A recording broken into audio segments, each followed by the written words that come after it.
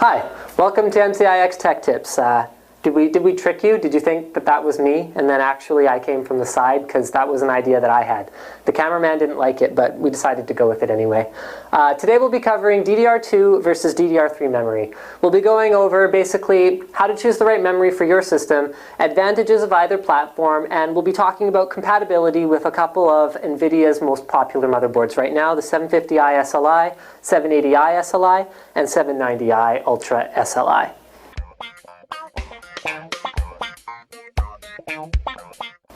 So the first question is, why do we need an NCIX Tech Tips on two different memory standards? Well, the reason is that they are not intercompatible.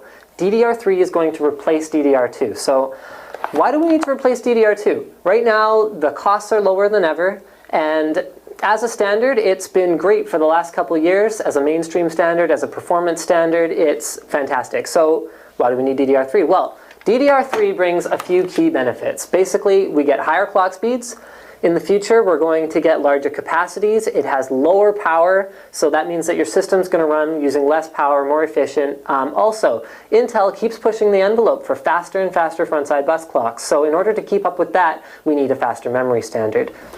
So we talked about how DDR2 is the mainstream standard right now, and what we didn't really cover is which platforms support it. So right now, basically any low-end platform is going to be DDR2. So that means any Intel low-end chipset, NVIDIA, AMD, ATI, any of those chipsets is going to be DDR2. So then up in the mid-range, you're going to have P35 from Intel or 750i from NVIDIA, and also AMD's high-end chipsets are also DDR2. Now, at the enthusiast level, you got the 780i and the X38. So those are kind of your DDR2 platforms right now. The differences between them all are going to be the other feature sets, as well as the speed of DDR2 that they support. For example, what we have here is really high-speed DDR2. This is DDR2 1066, and you're only going to find support for that on the mid-range to enthusiast platforms, not on the entry-level stuff. So that said, we're going to talk a little bit more in a minute about the different speeds of DDR2 and what that means.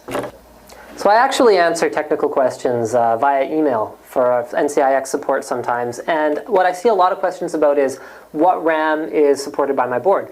So let's start with the lower end to mid-range. So that's where you've got XMS2. So that's going to be something like a 690G or lower end P35 boards, anything along those lines. And that kind of maxes out around DDR2 800 support for the lower end boards there. Now, you step up, now you're talking about higher end P35 boards, X38 boards, 750i. Then you've got XMS2 DHX, which is basically more optimized for overclocking. It's got these fins for more heat dissipation, and it's going to come at higher speeds. So this is a DDR2 1066 kit. And then at the very high end of DDR2, you've got also DDR2 1066, even more overclocking. These are the Dominator modules. These actually come with a fan for extra heat dissipation for even more extreme overclocking. So that's going to be on your high-end X38 premium boards on something like a 780i as well. Also, anything from the Dominator range is going to support EPP, which is NVIDIA's standard for basically automated memory overclocking. So it means you're going to get the best speeds possible out of your RAM. So we talked about DDR2. That was fine, that was good, that's mainstream. But now let's move on to the big guns, DDR3. So DDR3 is the new kid on the block, so to speak, and is only supported on enthusiast level motherboards. So that means X38 and X48 premium boards from Intel or 790i Ultra SLI boards from NVIDIA. Right now there are no AMD boards that support DDR3 due to the integrated memory controller on AMD CPUs, supporting only DDR2. So anyway, why do we need DDR3? Well, we already covered that, higher frequencies. So that means that DDR3 support starts at around 1066. Then you've got DDR3 speeds that go up to 1200, 1600, 1800, and there's even 2 gigahertz kits of DDR3 memory. Now, what speed your board supports is going to come down to what it supports. So the Enforce 790 Ultra SLI is supported up to 2 gigahertz DDR3. But what that means is you're going to need an EPP2 kit. What that means is that the kit is essentially designed around the 790i Ultra, and it's going to automatically clock the memory to that speed. Now, Intel's also got a competing standard, which is XMP, and on an X48 board, you're going to want to make sure you have XMP memory. So just remember that. NVIDIA 790i, EPP2, and Intel X48, or X38 for that matter, XMP. So let's do a quick recap. Why choose DDR3 memory? We're going to go over the benefits a little bit. First of all the highest end enthusiast platforms are going to be supporting DDR3 memory. So that means if you're an avid overclocker or an avid gamer, you want Tri-SLI, you want whatever other high-end gaming features, DDR3 is the way to go. The higher frequencies are a no-brainer. Obviously, again, it means higher overclocking, higher speeds. So faster system. Also, it does consume less power than DDR2, so it's faster and it consumes less power, so that's a bit of a double whammy there.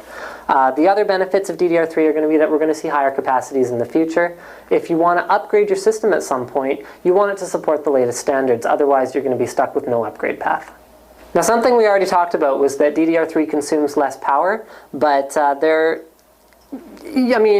you're buying an overclocking platform. You're going to be turning up the voltages, you're going to be overclocking the stuff. So let's talk about cooling it down. Basically, Corsair, the XMS3 DHX kits do not come with the Dominator airflow fan. Only some of the SKUs do. However, you can buy extra memory cooling. This fan is only like 20-30 bucks. And all it does is it clips on the outside of the memory modules. Basically, from the side is going to be a little bit easier here. And gives you airflow directly over the memory. So that means cooler running, more stability. It's not as hard to install. Okay, it's about as hard to install as I just made it look. And it also looks really, really cool in your system. I'm going to get the cameraman to do a close-up here while I'm talking.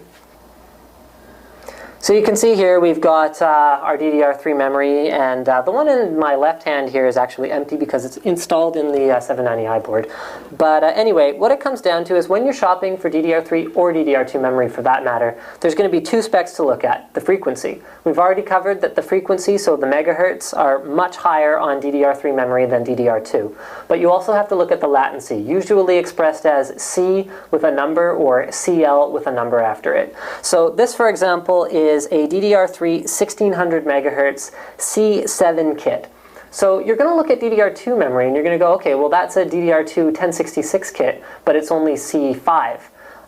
Basically, with DDR3, in order to get the higher clock speeds, the latencies had to go up a little bit. So that's one of the trade-offs. Overall, the performance of a DDR3 kit is going to be higher, especially when you pair it up with an enthusiast platform like 790i or X38 or X48 for that matter. So in terms of the physical differences between DDR2 and DDR3 memory, at first glance you wouldn't be able to tell the difference. So that's why it's really important to be sure of what you're buying and be sure of which one your board supports. But if you do encounter a situation where you've got memory that does not seem to fit, check out the two notches in this memory. I'm going to get the cameraman to zoom out. Okay, just check, look, see how the one on the silver one, the notch is lower than the one on the black one. Now zoom out a little bit and you'll be able to see the differences in the memory here. So the notch is closer to the middle of the DDR2 memory and closer to the end of the DDR3. So if you're trying to install RAM where the notch doesn't seem to line up with the notch in the slot, you probably have the wrong kind of memory. So to summarize, what kind of memory is right for you?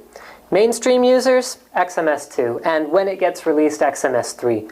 If you want to take it up a notch, you want to go for XMS2 or XMS3 DHX modules, and then at the very top of the line, available in DDR2 and in DDR3 is Corsair's Dominator modules.